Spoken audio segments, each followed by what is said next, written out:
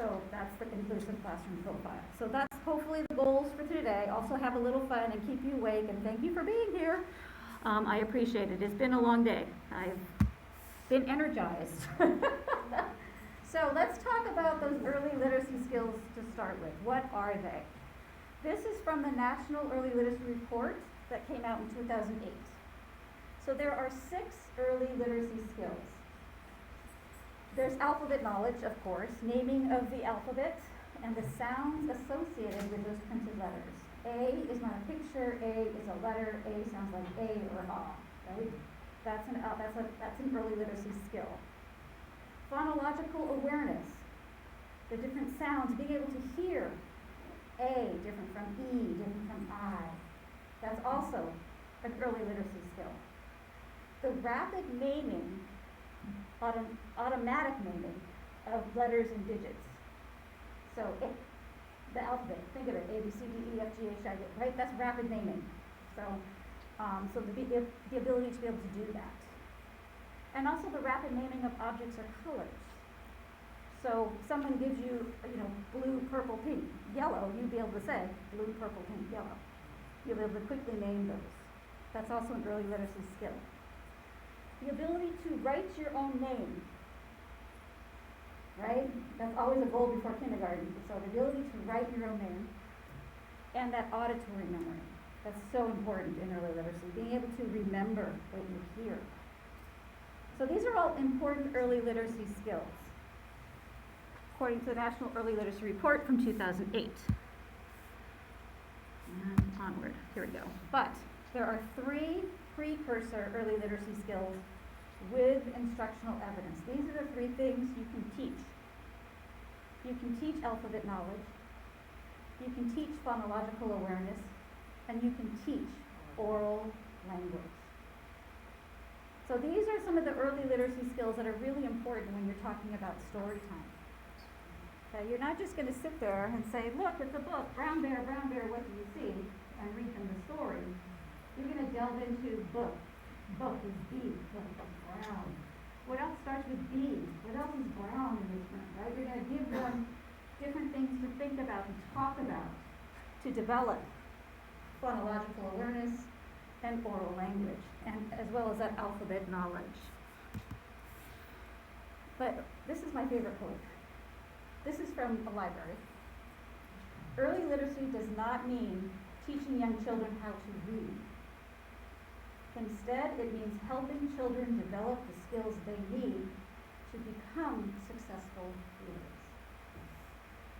Language, rich language skills, vocabulary, expression, understanding and comprehension. These are the skills that help children make sense of the printed words when they start reading. So how many of the children that you work with have language difficulties? Right? These are the kids that are going to have difficulties with these early literacy skills as well. Because if a child doesn't understand or comprehend what a word means, they're never going to be able to read it. They're never going to be able to make sense of it. So these are the keys. When you think about early literacy, our goal is to get them ready to be readers, not so that they can read a book at age 5, right? And this is from a webinar I went to through IDA. And so when we think about reading and writing for the young ones who are struggling with language, we need to think about receiving and sending of information. That's early literacy. Being able to receive information in, and then being able to send it back out to you. So this opens the door, doesn't it? Because now you're not talking about them being able to say the word, but can they point to a picture? Can they draw a picture? Can they, imitate? Is there something they can say that's like that? So it's the sending and receiving of information is reading and writing. So if you think about early literacy in this framework, it sort of opens the door to a lot of different techniques and strategies you can use during story time, right? Because you're just sending and receiving information. Also, so reading is like listening. Can they hear you? Are they able to focus in with what you're saying? Can they watch? Can they understand? Can they experience what you're reading to them? Can you help them make connections from that book to their world so that it has more meaning? Like Brown Bear, for example. How many kids in your classroom do you know have seen a bear? Exactly. They've seen the book, but have they seen a bear? No. So when you talk about brown bear, the first thing you need to find out is, has anyone ever seen a bear? Do you know what a bear looks like? Is it a bear big or is a bear small? Is it friendly? Do you even say hi to a bear? Is it like a dog? So you've got to give them that reference in their world before brown bear, what do you see, starts to make sense to them. Because now they know that brown bear is big, brown bear is outside. Brown bear will be seeing things like red birds and yellow ducks, as opposed to, red t-shirts and blue pants, because they're outside, they're animals. Writing is sending. So now you're saying, do you understand what I'm telling you? Can you tell me a story? It's also speaking, signing, doing or acting upon, and responding. So when you're reading a book, can you have them take out a bright picture so that you know they've understood what you've read to them? This is precursor to writing. Can you pick out the caterpillar? Can you find me an apple out of these? So this is a way of you knowing they're getting the message and are able to send it back to you. So receiving and sending, receiving and sending. Those are early literacy skills that you can build upon. Now, how many of you have heard of the 30 million word gap? That was a study that was done in '95, and it found that children who from wealthy families heard more words at the age of 3 than other children, and those children tended to have early literacy skills experiences and were a better reader at grade 3, right? Well, that's been debunked. Forget that study. What they really found, the most critical aspect of language development was not the quantity of words, because if that was true, you could plop a kid in front of an iPad or a television, and they'd get all those words in, and they're brilliant, right? It's the back and forth. It's the reciprocity of that language, right? And here's the parent advantage. Only they know the child's life experiences and their likes and dislikes. Again, going back to the bear. You don't know if your kids have seen bears, but their parents do, right? So it goes back to life experiences and understanding and making those connections to that child's life. So 0 to 3, the key is when you're reading a book to those really young ages, is you're not really reading a book. You're exposing them to the language of the book. You're helping them make inferences and references to their own personal life about what's in the book, right? So what's brown? This is the color brown. Do you see anything else that is brown here? It's that back and forth of language that is so important 0 to 3. 3 to 5-year-olds, you can start actually reading the story, right? And you might be able to get through it depending on the attention span of the kids. But that's why we're seeing, I'm not a preschool teacher. I have talked to many preschool teachers, and what they have found as the kids are coming back into their classrooms after having been home for a period of time, is that many of the kids haven't had the reciprocity of language. They don't have the language that they should have at this age. They're having to back up and go back into the reciprocity of the explaining of the book, making those connections before they can move on to reading the story. Does that make sense? Yeah. Okay. So just kind of pulling it all together for you. So involve the child while reading to gain the best outcomes. So Storytime should not be you sitting up in your chair reading a book until you've done some of this pre-work on that book with the kids. Okay? And all of this is cited. You have all of the slides in my handouts. I gave it to you. Don't have to write anything down. Okay? So is there any questions about that? I just kind of want to give you a base before I delve into the tools and the strategies. All make sense? Fabulous. Onward. So now, you're coming in after COVID, life has changed, and you have a child coming in who maybe has a disability, or who maybe isn't able to pay attention. Maybe they have cerebral palsy or Down syndrome, or maybe there's some sensory stuff going on, you don't know, right? Their language isn't there. What do you do? How do you involve them in that sending and receiving of information so that you can really help them participate in your story? Well, many of you have heard about adaptive equipment. It's kind of big with some of the early intervention grants that are going out right now. But basically, adaptive equipment is a subset of assistive technology. There's tools out there to help you, right? And there's laws that'll help you get these tools into the hands of students that need them. So what is assistive technology? It is any item, any piece of equipment. You can buy it, you can have it made, you can customize it, that helps a person with a disability or a delay maintain, improve their abilities. Does not include a medical device, does not include a cochlear implant. But for some students, some of your learners, visual icons, visuals of the story will be assistive technology that they need to participate fully in Storytime. So that can be assistive technology as well as voice output devices. So I'm going to get into all of that in a bit. But that is assistive technology as a device. It is also a service under the law, IDEA 2000, whatever it was last time. It is a device as well as a service for training for the people in the world. So assistive technology, this is the law, for 0 to 3. In early intervention, if you're working with a child who is in early intervention, it's any service designed to meet the developmental needs of that child. The services included are not limited to, and the very first thing listed in the law is assistive technology. A lot of people don't know that, because you think 0 to 3-year-olds don't need this stuff. Oh, they need it. Well, they really do.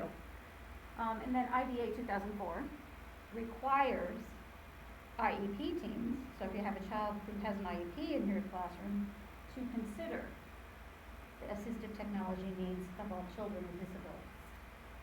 Every child who has an IEP needs to have assistive technology considered. And consideration is a thoughtful process. It is not a checkbox. You think about it. Where is this child at? Where should the child be? These are the needs we've identified. These are the goals we've identified. AT. Let's consider AT to help them meet those goals. That's the law. So it's written in the law. You've got your backup. Here it is. Use it as needed. Let the families know this is the law. Okay? And it is a continuum.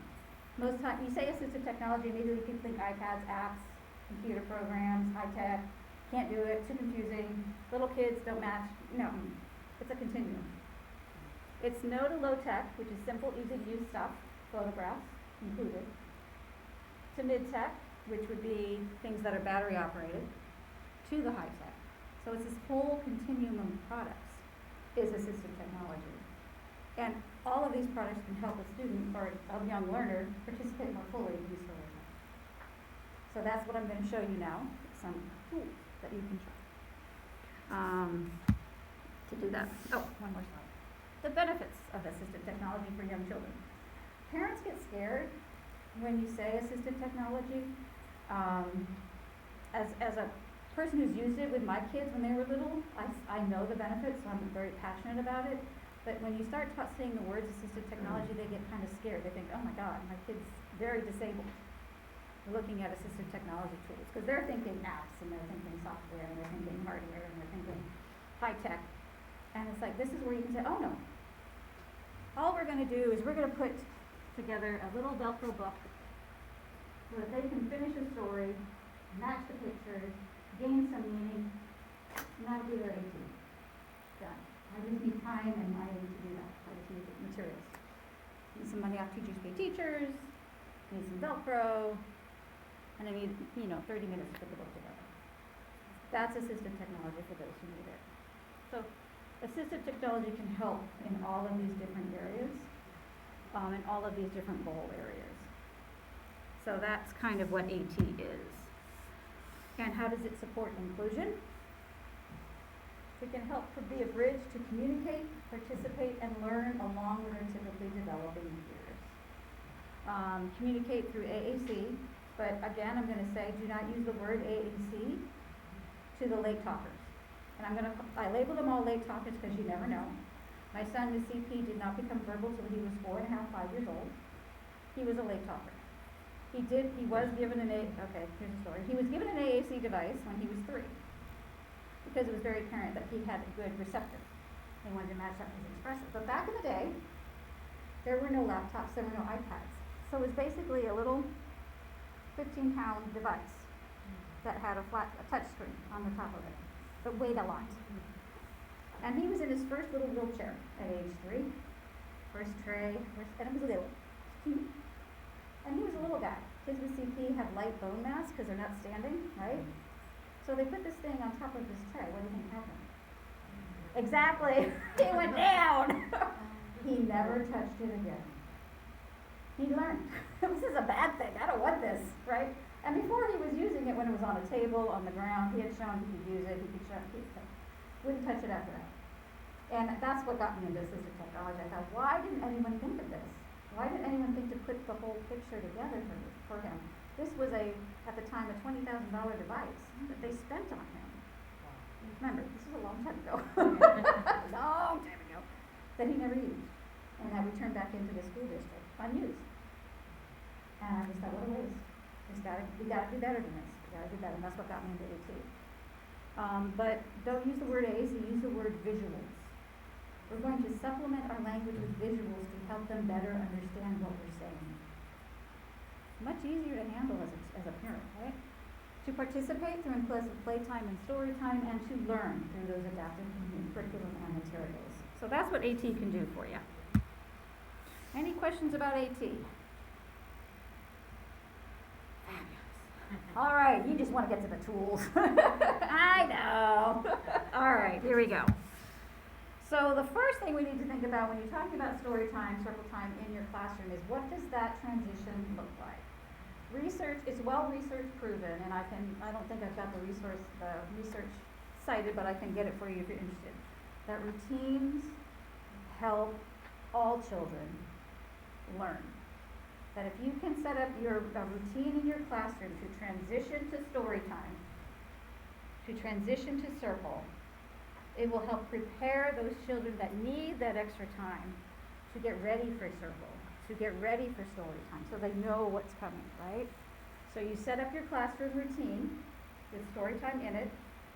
You use a visual timer. This is the time timer, but it doesn't have to be that. It could be a sand timer.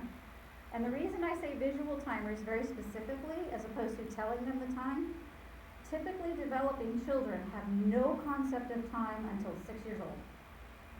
So if you're working in a 0 to 5 classroom and you tell them 5 minutes and we're going, you said blah, blah, blah. Then we're going to, because they don't know what 5 minutes means. They haven't had enough experience with 5 minutes to know what that feels like. So you will have those kids, and tell me if I'm right, who, when you say, in 5 minutes we're going to transition to snack time, they'll jump up, and they're gone. They're sitting at the table, wait, where's snack? And then you have other kids who are doing nothing. Playing. Right? And you have to say, it's time, let's go. And that's because they don't have a concept of 5 minutes. So visual timers for all preschools, critical in daycares, because they have no concept of time. This one is the time timer. They make them individual size, they make them classroom wall size. There's a free app you can download if you have an iPad that you can access. It's also on Android, Google Play. So it's free. There's tons of visual timers out there. But you need one in a preschool classroom. The other thing you need to do is for those who are new to your school, new to your classroom, new to being away from home, is you need to let them know what to do during story time. They've never done one before. This is new. They don't know what to do. So you're saying, okay, we're gonna go have circle, what's that? You know, what do I do? And that's anxiety provoking, right? So what you can do is, this is a freebie. I don't know if I have this in resources or not, I can pass it around. It's what do we do in circle? And so it's a social story about what to do during circle time. What is circle time? It tells the kids what to expect, what they can experience, why these are the rules, what the rules are, and this is how you'll feel doing the rules, doing circle time in the right way. So they know what to expect, right? So they know what to expect, and they know what is expected of them.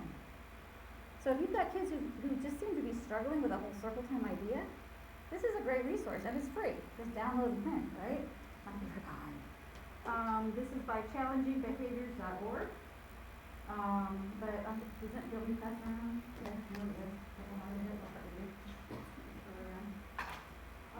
So I just found that and printed it out. So prepare them for it. Get their bodies ready for circle time. Get them ready, right? Some kids may need time to prepare themselves for it, like, okay, this is what I do during circle, this is how we do it, this is what's expected of me. Then they can be more successful. And that's what we want. We want successful kids during circle time and story time. So, getting them ready, transitioning during story time is very important. Now to the tools. What's out there? I'm going to do the individualized strategies after I show you stuff, because everybody wants the stuff first. I get it. So I'm going to start here, and I'll go around. And I apologize to the people online. You're not going to see this very well. I'm sorry. I will identify verbally everything that I'm saying so that you can write it down. The first thing I want to talk about is a personal voice amplifier. I think every preschool teacher needs one for the playground at a minimum, right? And what this looks like, this is from Zoe Tech, Zoweetek. It's $36 on Amazon. And it's really simple. You wear your little headset. You have your little voice amplification on your belt. Chargeable batteries. And now you're not yelling. And for those kids with auditory, maybe experiencing some auditory issues that you don't know about yet, they know where to look. Where is that voice coming from? And for those kids that are having some attentional issues, it really gets their attention. Because you're not yelling. Because yelling is more forceful, and there's a feeling behind that, right? There's no feeling behind just having your voice amplified. So they are more willing to tune in to what you're saying. So I think these are fabulous. I asked if I could use this during this, and they said, no, you have to use the mic. But these are great. These are really, really good tools. My younger son is now a music therapist with ADHD and sensory issues. He swears by his Zoweetek. And what he does is he puts the voice amplifier on a shelf behind him so he can play music. So the voice is still coming from him, but not directly. So he can still manipulate his instruments and stuff. And it works out really, really well. So, fabulous, fabulous, inexpensive tool for you to consider. The other thing to think about, and I'll start here and I'll go over there, is giving kids a chance to ask to have books read to them. This is not an actual study, but this was anecdotal. It was a teacher who put up a single voice message communication system in their book reading area in their classroom. And this gave all the kids who didn't have language or had English as a second language a way to ask for read me a story. That's all it says. Read me a story. Read me a story. And anytime a child pushed that, an adult would go over and read them a story. After 6 weeks, they had a good 30% increase in the amount of kids asking to have stories read to them. And that's simple. This is easy to do, right? This is put them around by enabling devices, but there's others that are simple message communication systems. And you pair it with a picture so they know what this is. The other thing you can do with these is put it, for those who are learning to use the bathroom or who forget to go to the bathroom until it's almost too late. I have to go to the bathroom, picture of a toilet, right? So that they can ask quickly and get their needs met without having to find the words. Okay, so this is a really good useful tool. Now I'm throwing it around. Another useful thing is the repeated storylines. The anticipation of a repeated storyline. Kids love repetition, right? They love to be told, they love to say the book with you, right? And some of them are like really good stories, so. Okay, so this is this book here, the Rollover Counting Book. And all I did was record,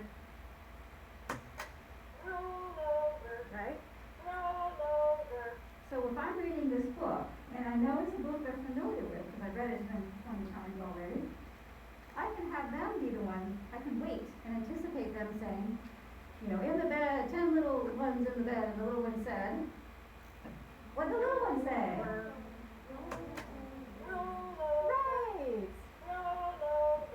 And that is what? The sending and receiving of information. They have anticipated. They have listened. They have learned. And they don't have to have the words, but they have the words here. So this is a great tool, right? So to give you that sending and receiving of information. And this could be on a single message communicator, but this one I have on a step-by-step, so I could record multiple lines on it as well. And this is by AbleNet. I can do a lot with that, but I'm here to tell you everything you can do with that. The other thing you can do for those kids who need voice output or who don't have the words yet is think about something like a go talk. So you're trying to find out, what do they know, right? And what I like about Go Talk 9, this one in particular, is one, I'm not worried about breaking. If this is an iPad, you go like, right? This can be dropped, this can be thrown, and it has cracked. It's sturdy. It lasts a long time. It's completely voice recordable. And I don't know if you guys are on Lesson Picks. Have you heard of Lesson Picks? LessonPicks.com is a great resource. It's a subscription-based resource on the internet. It's only $36 a year. Well, if you sign up for 1 year, spend $36, download to your heart's content. All of these were pre-made. I didn't make a single one of these. I don't have that kind of time. But I go on Lesson Picks and I say, okay, Go Talk 9. I need one about brown bear. Go Talk 9 plus brown bear, and bang, there it is. Print, done. For me, it's worth the $36 to have this available to me. And now you can say, okay, the brown bear. What's after brown bear? What's next? They can tell you it's next by word. And the other nice thing about this, it's my voice, but if they speak a different language, it could be their language. It's talking back to them. And the instructions on how to record and re-record are on the back. You can't lose them, right? Because how often does that happen? So this is a great tool, and you can have up to 5 different books and messages, sheets on this, recorded already. So you can spend, half an hour recording the messages, and then you drop them for a couple of weeks. So it's a really, really useful tool. Again, it's sending and receiving of information. Okay? Now, another thing to think about is when you have a child in your classroom who is nonverbal still, or a late talker, and you want them to learn some of the words that aren't nouns. Nouns are easy, right? You can take photographs of things and have them and do a choice board and they can, point to a picture. But what's hard are the non-nouns, the terms, the words. So you may need to start thinking about how can I give them an opportunity to show me, and express those words, because they're not nouns. So what you can do with your book time, back to roll over, is think about the words you want to highlight on a core word board. There are free core word boards out there. You don't have to create your own. You can just download and print. I have it in my resources, a couple of different ones, like a core. This one's from Lesson Picks, but it's free. Anybody can download this one from Lesson Picks. They have those for kids with some vertical visual impairment. They have high contrast core word boards you can download and print. They also have classroom size ones you can download, print, and put together. So you can make this as big or little with the symbols that you need for free. And then you take your stories and you're going to say, okay, for this book, I'm going to highlight the following words on the core word board. Little and term, right? And I'm going to just put a little post-it on the back of the book to remind myself. These are the words of the week, little and term. Because this is the words in this book that I want to make sure I'm helping this learner or these learners learn the symbols for. And then when I'm reading the book, I would have highlighted, and you can't really see it, sorry, I put highlight around the words little and term. So when I'm reading the book, I would just point little, click, little, click, little term. So they can see, and I'm not taking extra time out of my reading of the story to the other kids. I'm just giving that child another way of understanding and learning what those words are, receptively. And then I can go back and say, oh, is it a little or big? And I can make sure they understood and can express that to me by pointing to the right symbol. Again, this is one of those things that should be in every preschool classroom because you don't know the language experiences your children have had at home. And this is just kind of unifying the playing field, if you will, these core word boards. And then they can make for the playground. There's all I could go on, but I'll stop. You get the idea. The other thing you can do when you're in your story hour, you've had a child asked to read a book. Again, you can just have a way for them to talk to you while you're reading the book with them. Next page, what's next? What's next? What do you think's next? You can point to this, you can engage them in that reading. You want to act it out with me, give them another way of expressing what they learned. You want to read it again, right? So that they have a way of engaging with that book with you as you're reading it with them, so you know where they're at. Okay, so that's just another idea for you. How many of you people already use visuals, big visuals when you read stories? Where do you get your visuals from? Where? Oh, well, here's a great tip. You don't have to make them. Kids Club, KIZCLUB.com. This is your resources. You have them available to you already. Has hundreds of stories that they've pre-made these big visuals for. All you need to do is download and print and laminate it. And now you have them. And these visuals are fantastic. This one is Hungry Caterpillar. So, here's the caterpillar. Sorry, there's a butterfly. Here's the caterpillar. Right? So we can have a caterpillar eat through the sausage. You want to cut the hole out in the middle. So you can talk about through. You can have the kids pick out the strawberry, the pear, the whatever, as you're reading the book with them, so that you can know that they're understanding what the fruits are. So there's a lot you can do with these big visuals. And you can then, if you want, put Velcro on the back of them and put them into a belt, like a felt board if you wanted. I was supposed to have a felt board, but it never came in time. Thank you, Amazon. But there's lots of things you can do with these. No subscription needed for the kids club. I'm sorry? No subscriptions needed. No subscriptions needed. Kids Club? Kids Club, no subscription. Free. Completely free. Download free. And this one should be in your resource book that we have online. So this is a great resource. And free. My favorite place. Free. So free. The other thing you can do is take those visuals and put them in the book that you're reading. So here I just took visuals from Brown Bear, and I put them in a book, right? These are the same visuals that I have on the Go Talk 9. So these are from Lesson Fix, but hey, Teachers Pay Teachers, I went ahead and went on Teachers Pay Teachers just to see if they have them. They do. Just download them, and they're free. You know how to find free resources on Teachers Pay Teachers? Click that free button. That's what I do. And so this does a lot of things. One, you can have the pictures out, and they could then just put them onto the page, right? So for those kids that need that tactile, sensory, who doesn't love Velcro, right? Gives them something to do while you are reading the book with them so they can pick the right pictures out. These also, for those kids with physical, maybe fine motor difficulties, they act as page fluffers. Page fluffers make it so that the pages of the book stay open just a little bit to make it easy for them to independently turn the pages, which are fantastic.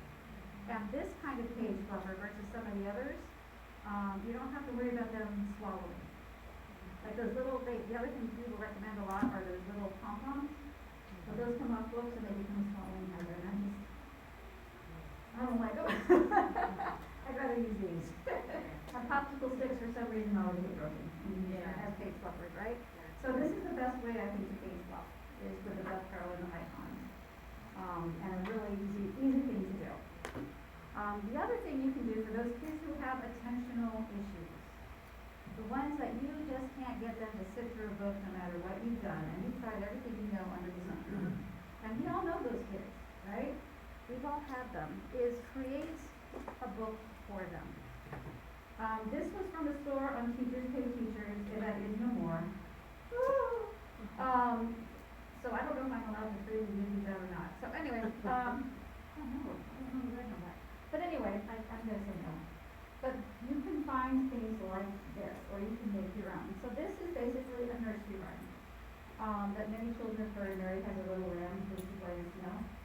And so you have the icons over here, and the child can see, once all of these are gone, I'm done. So those kids that need an ending time, an ending point, have it right in front of them. Once I've matched all the pictures, I'm done with the story. So you can help them extend their auditory attention, extend their attention to the book with something like this, and then you can just have them match the picture, right? Mary had a little lamb, this was white as snow. Where's the lamb? Show me the lamb. Find the lamb. There it is. Good job. Next page. Right? And then you're reading a story, they're matching pictures, they're gaining benefit from it, and they know that it's going to end soon. Because some kids need to know that it's going to end soon. And this could be, Mary had a little lamb, but you can also use Tar Heel. Has anyone heard of Tar Heel Reader? Fun resources. Tar Heel Reader is a great resource for books. So you can, and what you can do, so what, go into Tar Heel Reader, you have to set up a free account, free. And the Tar Heel Reader, you go in, you set up your free account, and you can have it you can then search by interest area for the child. So if you have a child into books, into trucks, for example, right? They love trucks. That is their thing, right? Okay, let's download a book about trucks. And you can download books based on reading level. So it could be a picture and a sentence per page. And you can download it as a PDF. Or you can download it as a PowerPoint slides. And I recommend PowerPoint slides because then you can print it twice and do the Velcro matching. And now it's a book that they are interested in. That's about their thing. And that will hold their attention longer to that book, to that reading experience, to that sending and receiving of information. So personalizing the books. You can also personalize it based on their family or a vacation, because in Tar Heel Reader they have an opportunity for you to create books as well. So maybe they went on a vacation, they had a great time, they went to Legoland. Great, let's find some pictures about Legoland, bring some in, involve the parents. Went to Legoland with my mom and dad, with your mom and dad. We did this way, we did that way. And you can make a book about that they can then read over and over and over again to get those early literacy experiences. So these are just some ideas of things to think about that are available to you. I think that did it all. Oh, and they also have, and this is on Teachers Pay Teachers, this is a freebie. You can also create just word boards about a book for those who need the language available to them. All I did was type into Teachers Pay Teachers. This is Hungry Caterpillar again, and there was a map with all of the icons that they might possibly need while you are reading the book, so that they can show that they understand what you are reading to them and can ask to have it read more.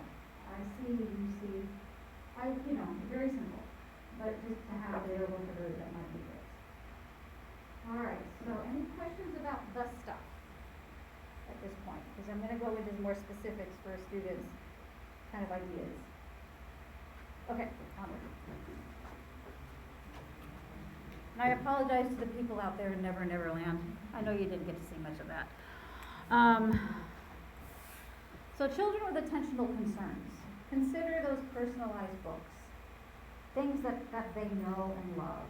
Tar Heel Reader is a great resource. There's also a resource that is free for you to access on the internet called Book Creator, where they have templates that you can use to jump in some pictures and create a personal book for the student.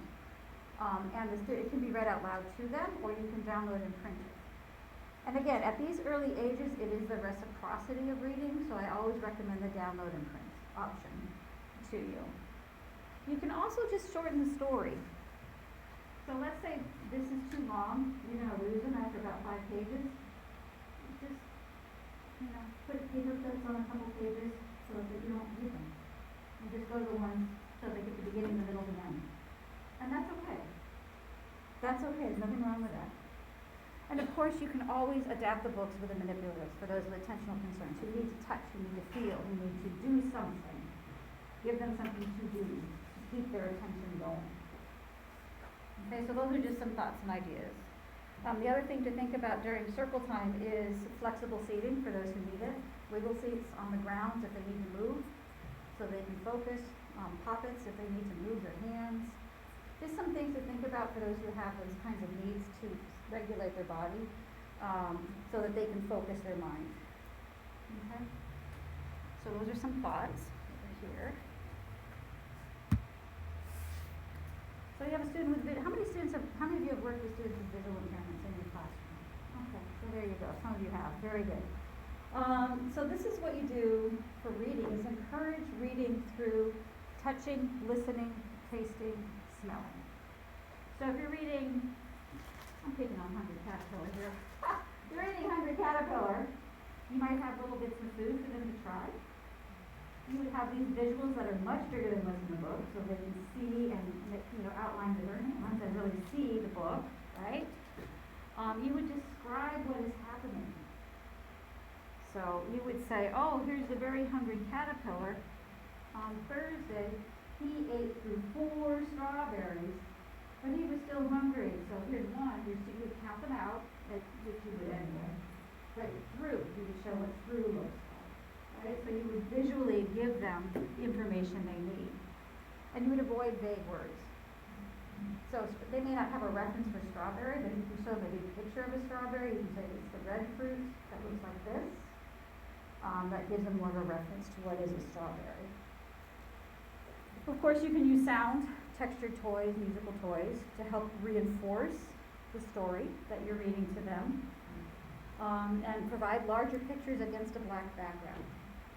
Very easy to do in a classroom is get if you have a child with visual impairment in your classroom, get a piece of black felt or fabric, put it against a wall, put some bright colored objects, toys in front of it, and that's a place that you know that child with a visual impairment can easily go and play.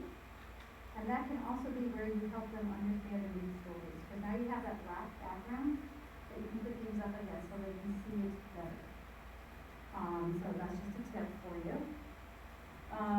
You can consider using digital and auditory to reinforce what you're saying.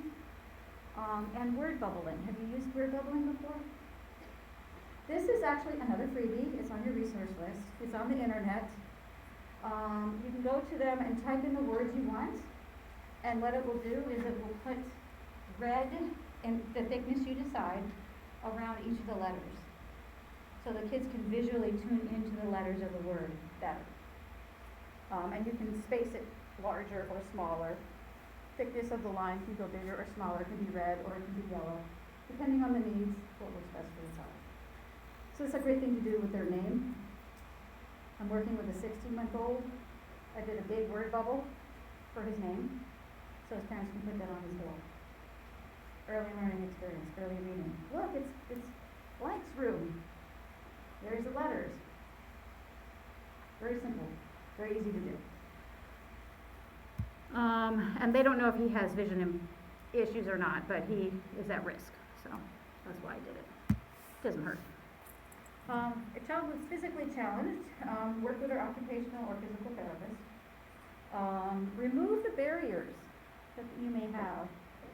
You can tell a good classroom, you can tell when they have a child who has a physical need because all of the area rugs, except the circle rug, is up. There are none. So children who use walkers and wheelchairs can get through comfortably. There's enough space between the different stations that they can move around, right? So they can easily get around the room. And also everything, anyway, is at a level that they can get to, right? So really think about if you're gonna have a child coming into your classroom who uses a walker or a wheelchair or a cane, think about what does my classroom look like? Envision yourself going through the classroom. If any of you have ever used like a knee walk, I just got off a knee walker. I had surgery on my foot. Area rugs are a nightmare. So are those little tiny ledges between transitions between floors.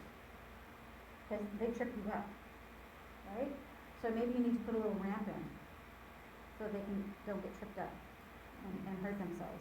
Little things like that can make a big difference to that child feeling included in your classroom and then being able to access the different toys and books that are available in your classroom.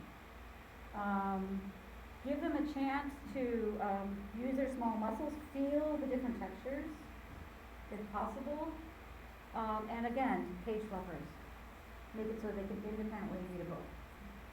Again, my son, yes, question? Question on the chat. Yeah. Where is the video to the stories for the Kids Club, KIZCLUB.com.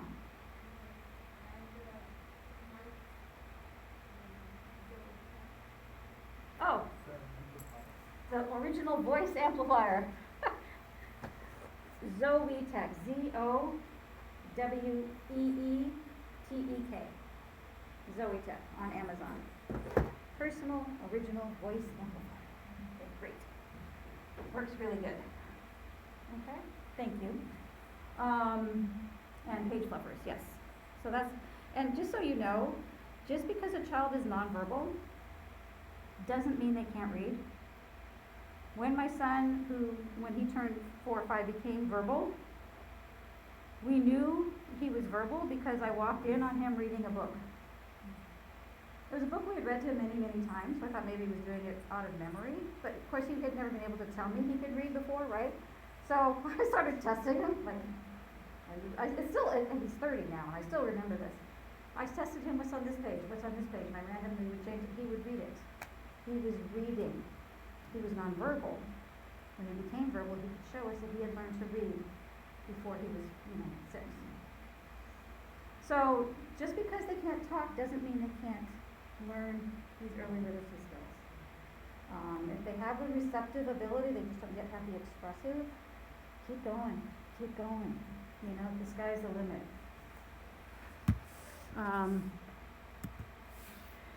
Working with a child with a hearing impairment. You would eliminate all background noises. Right now, what I'm hearing, this may be disturbing for some, is the of the projector. If I had a hearing impairment and I was trying to focus in on just what I was saying, and I didn't have a mic, suddenly that's a lot louder, right? That's all you hear. Well, that's all I hear. So eliminate any background noises that you can, and I know you can't always do it. Consider the voice amplification, personal voice amplification, hugely wonderful tool. And use those visual supports to reinforce what you're saying so they can really understand what you're saying. And give them a chance to respond. This goes for all the kids. All children in your classroom, because you don't know yet what you're dealing with. A lot of times they come in and they've never been in school before, and here they are, and you don't know if there's any issues. You don't know, what they don't know, what their experiences have been. Give them at least 15 seconds to respond to anything you say until you get to know that child. Give them time. You don't know if they're processing it through a second language. You don't know if they're struggling to make a connection to their world before they can answer. You don't know if they have maybe an auditory issue or an attentional issue. You don't know. So just 15 seconds. Give them that time to respond. Because that can really help, especially if everything is new for them. They may need to be able to regulate their bodies first before they can then respond to what you're saying. So give them time. Give them time. Okay? Next. And the other key, and I think you've heard this enough, is representation matters in your classroom. So if you have children with different abilities and disabilities in your classroom, look around your own classroom stories. Look at what's up on the walls. What do you have available to you? There's a lot out there that you can incorporate into your, you don't have to have only books about disabilities, but you can have a book or two about that child and that child's disability. You can have posters up on the wall, maybe one or two, to normalize it, to celebrate them, the fact that they make them feel like they belong in your classroom. Because that's what you want. You want that child to feel like they belong, that they're meant to be there, that just because they have autism doesn't mean they don't belong in your classroom, or just because they don't talk yet doesn't mean they don't belong in your classroom. And really powerful, again, my son used a wheelchair, so I've got lots of examples. They had at the time, and they still make them, Barbies that sit in wheelchairs, right?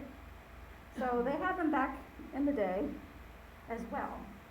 And so when my other son came along, he actually asked for that Barbie in a wheelchair as a toy, because he wanted to play with the wheelchair to try to understand more what my other son's experiences were like, because he had no reference. He just knew his brother used a wheelchair.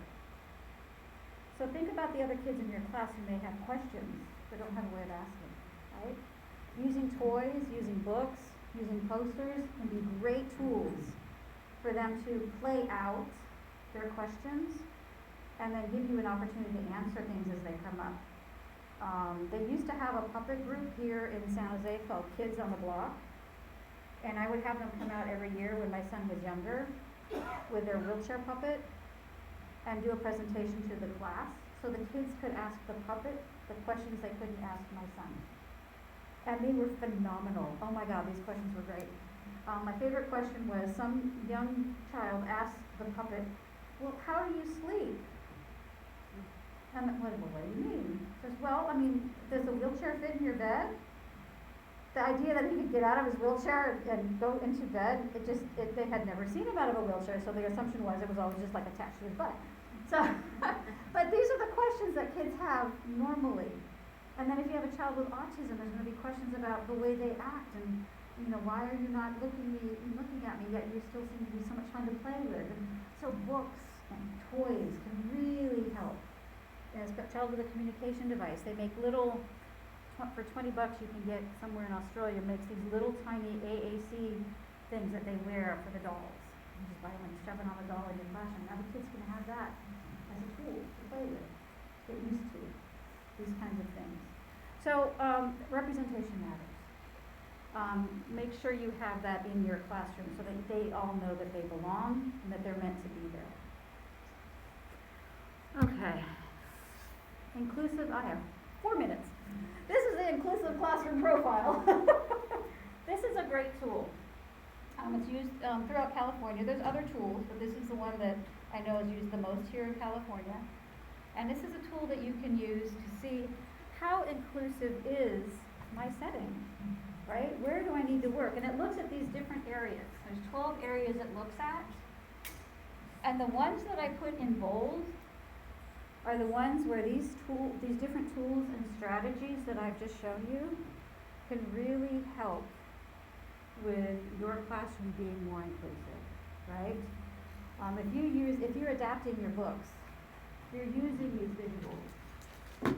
If you are using, read me a story, you're adapting your space, your materials, your equipment. You're helping them feel membership in the classroom, that they belong, right? You're developing those relationships between the adults and children, because now you're not struggling to get this child to, sit still during circle time, because now you're going to give them something to do during circle time that is appropriate, and now that relationship between you and the child is going to be on a different level. they're able to communicate better with you, and you know what they're doing. Of course, support for communication, adaptations of group activities, transitions. I can't tell you how important this is. Make sure you have your routines and your visual timers, and knowing what they have learned, right? Giving them a chance to get it back to you. Monitoring. Are you learning? Has this made sense to you? Any questions? Fabulous. All right. This is me. And I'm done. Any other questions from anyone in the audience on chat? Fantastic. Thank you all for hanging in. I appreciate your time and attention today. And if you have any questions, feel free to reach out to me at at.ddrennan@gmail.com. I'm happy to answer them as I go. This is just a smattering of what I could fit in my briefcase. There's a lot more stuff out there, but you know, I didn't want to bring a suitcase. Thank you very much. Enjoy tomorrow.